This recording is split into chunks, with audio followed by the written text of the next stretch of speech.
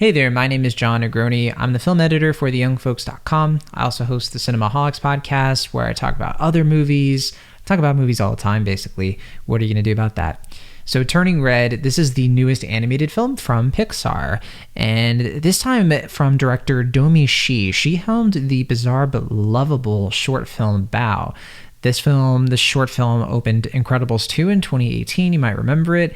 It was, I think, a splendidly weird animated short. So I was quite happy to hear that Domi Shi had successfully pitched an original feature film idea to Pixar shortly before Bao was released, and here it is. I've been really looking forward to this one. And when you know it, once again, Domi Shi has made something bizarre and lovable and splendidly weird. She's just sort of good at doing that, apparently. And it's also worth noting that this is the first Pixar film solely directed by a woman, which is long overdue. We've had plenty of Pixar films co-directed by women. We don't have to get into the whole Brenda Chapman and Brave thing, though I do want to mention Brave at one point in this conversation, so that's coming up. Okay, so Turning Red takes place in Toronto, Canada, exactly 20 years ago, which is only 2002. Unbelievably enough, and it's just hard for me to wrap my head around that. And the story of this movie follows an energetic 13-year-old girl named May. She's voiced wonderfully by Rosalie Chiang, who mysteriously finds out that when she gets too emotional, so too angry or sad or excited, she inexplicably, if I can say it, she inexplicably transforms into a giant red panda. There are times when she partially transforms, like she starts to get excited and her ears will kind of change, or just her tail, or she can like partially transform. It's really fun, to the point where also there's like a plume of this like pink smoke that appears, and she has to like calm herself down to revert back to normal. I think you can gather what the allegory, the metaphor is, because as you can imagine, for a middle schooler, trying to keep a lid on your emotions, it's hard enough when dealing with typical puberty, which is where Turning Red has a good bit of fun exploring a heightened, fantastical take on how to figure yourself out at a very awkward age, between hanging out with your oddball friends and going to boy band concerts and appeasing your parents' wishes without losing sight of the person you're growing into and who you really want to be as a person. I don't want to give too much away when it comes to where the story of Turning Red goes once May figures out what's going on with her transformation, specifically like why is this happening to her and what she has to do in order to stop it. Not because the plot is all that surprising in terms of what its life lessons are. I just don't want to give it away because the way it gets to its narrative destination is, I think, where the film finds its true stride in this sort of unexpected humor. Because I think this is far and away the funniest Pixar film in quite a long time, perhaps since Finding Nemo. I honestly, at this point when I'm watching Pixar movies, I don't find myself laughing a lot. Like, they certainly have humorous moments, they certainly have funny jokes in them, but this one, at least in terms of sheer comedic writing and how the film carries a lighthearted tone all the way through, it's just a bit different. It definitely prioritizes humor a lot more. And Pixar films, like I said, they often weigh a lot of like whimsical amusement against more serious emotional beats. But Turning Red goes for a balance that's more reminiscent of, again, Finding Nemo and also Toy Story 2, where the heart and the melodrama, they're certainly there, but they're more in service to the feel-good, hysterical wisecracking, not the other way around. Though I should say this, Turning Red, it deserves quite a lot of credit for delving into harsher emotional beats exhibited by the main character, specifically wrath and anger, which most animated films, even at Pixar, they don't really ever go there. And partially because I think it's kind of brave to let your protagonist sort through anger. Anger is one of those things that can make a character, it can be shorthand for a character being unlikable, and it can be hard in a comedy especially to try to like make a character who has an issue with anger or temper or anything like that kind of shine in a movie and not be unlikable. That's not to say May just like is angry all the time in this movie, but just the fact that they address it is really interesting. Even Pixar's other film along these lines, Inside Out, which I'm sure a lot of people will compare this movie to because they deal with, emotions and everything like that. Inside Out, it used the personification of anger more as a punchline, not a serious character moment, something that the film tackles, because Inside Out, it was more focused on sadness, and that's why. But here it works out well because, Turning Red gets to try something a little different, which is really nice to see. It's a risky move, again, but in typical Pixar fashion, I think it's worth it because we get some really poignant insights about character flaws that, other films would probably not be brave enough to get into. And one of the things I will say about Turning Red, it's just honest. I mean, the fact that it's this honest and authentic, even though it's about a magical monster transformation, that's what Pixar does best, right? In terms of when it takes these high concepts and finds real personality and human insight inside of these wonderful little worlds. So Turning Red, it's certainly one of those films that's trying quite hard to be subversive. It's trying to change it up a bit. It's trying to do things that you don't expect.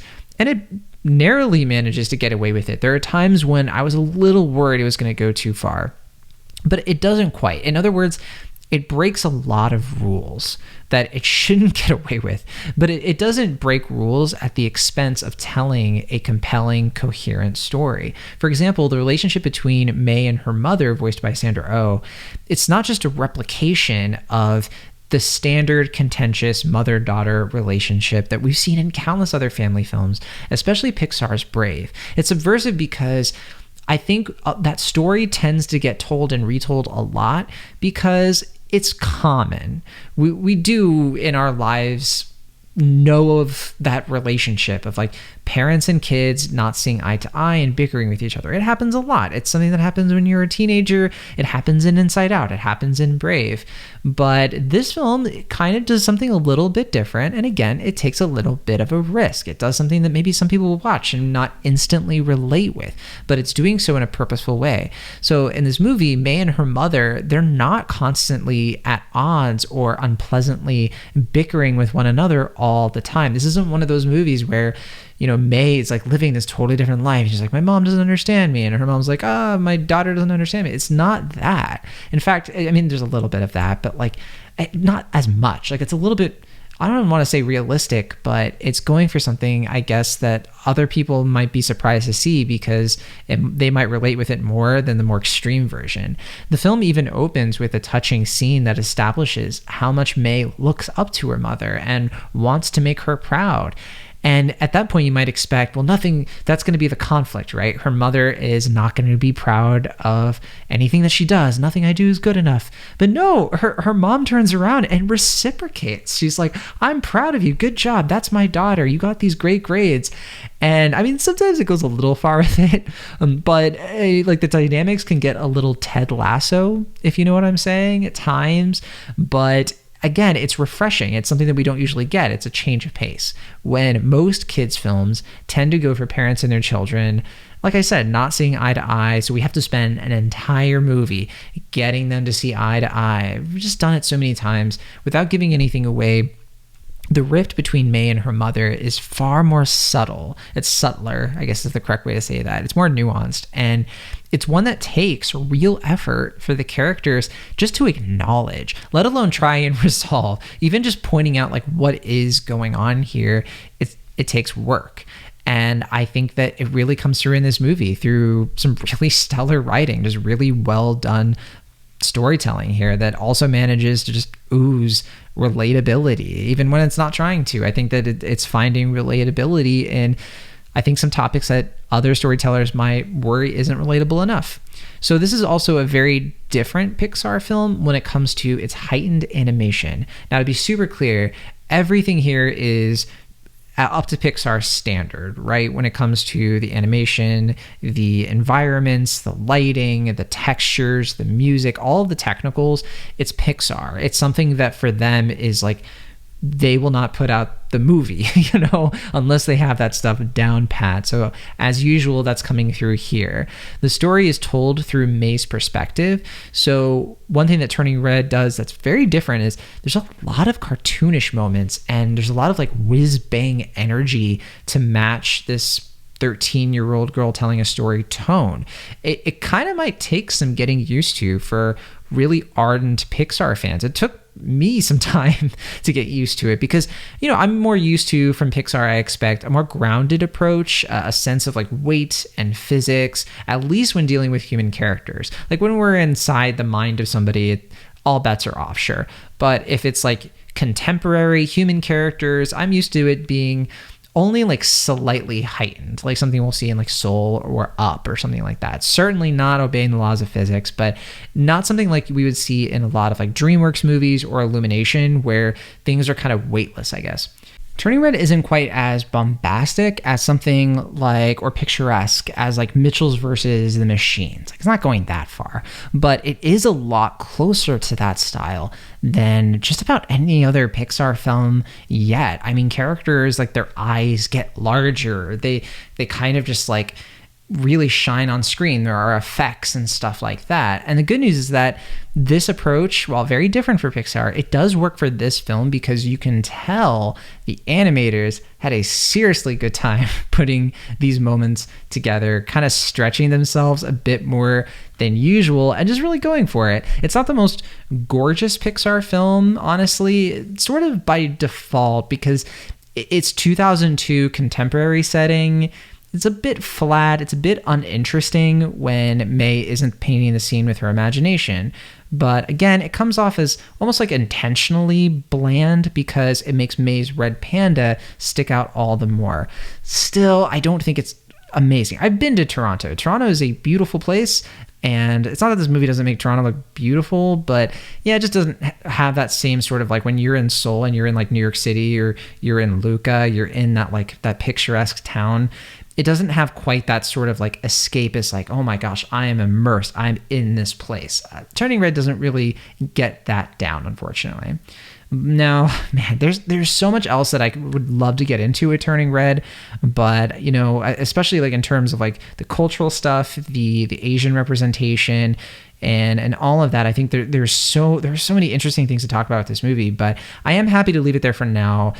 And just about all of my Pixar reviews over the last decade or so, I've repeatedly pleaded with the studio to just get weird, get bolder with their material. And at times they certainly come through on that. And I've been more pleased with their recent output than not.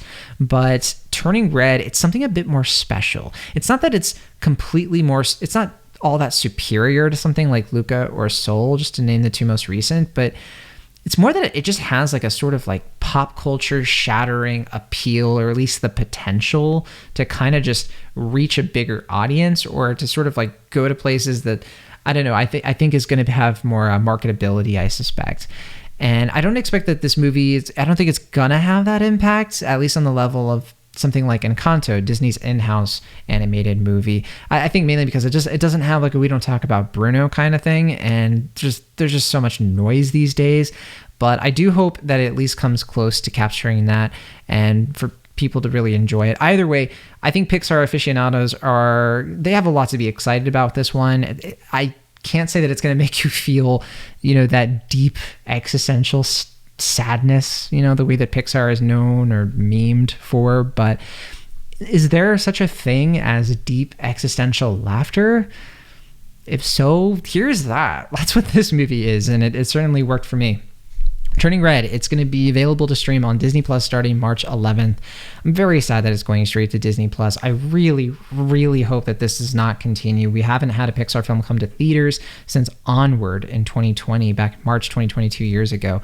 There have been 2 Pixar films since then, and now a third one. 3 Pixar films in a row that have gone straight to this streaming service, and I'm sad about that. I want to experience these films on the big screen. The next Pixar film is Lightyear, and I'm expecting them to put Lightyear in theaters, because if they don't, that's just bizarre. I can't imagine them not doing that, but they have surprised me quite a bit to this point, and I'm hoping that I'm not surprised here. So that's all I have for you on this review. I haven't been doing a lot of reviews lately. I've been extremely busy, and so I've just been doing the big movies lately, but with South by Southwest coming up, I'm going to be busy again. So I probably won't be putting out too many movie reviews in the meantime, but I'll see you on the next one. And don't forget to subscribe to Cinemaholics if you want to hear my takes in deeper detail and all of that.